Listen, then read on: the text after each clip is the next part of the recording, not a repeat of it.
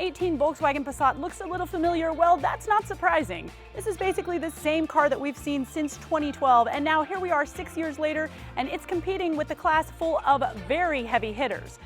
So, does the Passat prove that with age comes wisdom, or is it just a little bit too long in the tooth to be a player?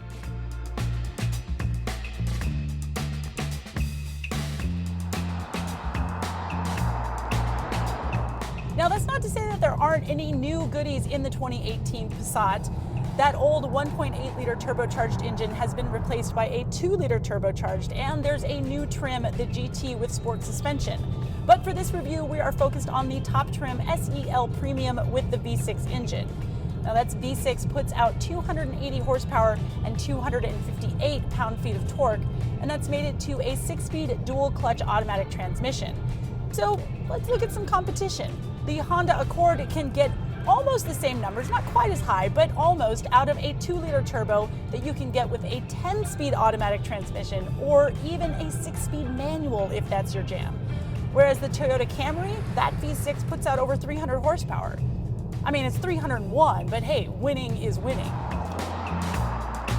Of course, it takes more than just raw power to turn my head. I mean, the Mazda 6 is my favorite car in this segment, and that is way down in power. But the Passat just doesn't have the handling to put it up to the top of the class. I mean, there's a lot of body roll, the ride is really soft, and this steering is just way too light and vague for my liking. There is a sport mode on the Passat, but all it really does is change up the transmission mapping. So engage it and you've got this roly-poly car that is suddenly holding gears longer, kind of out of nowhere. It really doesn't do anything to make the car any more fun. I mean, all told, the Passat is not a car for spirited driving. But, you know, not everyone wants to take their family sedan out to the back roads on an early Sunday morning. I don't know why, but a lot of people don't. What the Passat lacks in driving dynamics, it more than makes up for in comfort and roominess. This rear seat is huge. The front seats are really comfortable, and there's a healthy 15.9 cubic feet of space in the trunk. So maybe the Passat is better suited to those that have to drive long distances. Well, let's look at the fuel ratings.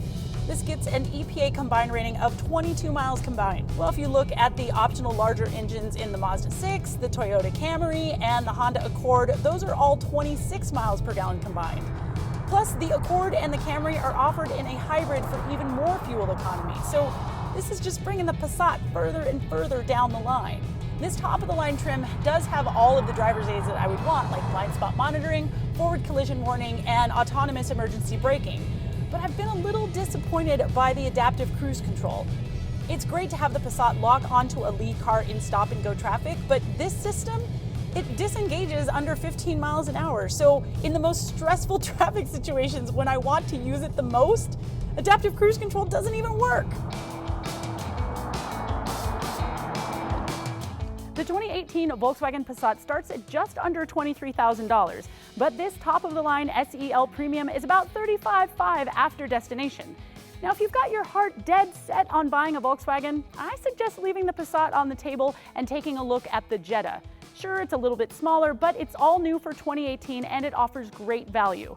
Otherwise, the Passat is just a middling choice in a very crowded field. Yep, you've just sat through another Emmy Hall video, and I know you're dying to see Brian Cooley or Antoine Goodwin, Tim Stevens, and the rest of that roadshow crew. So be sure to subscribe to get that notification.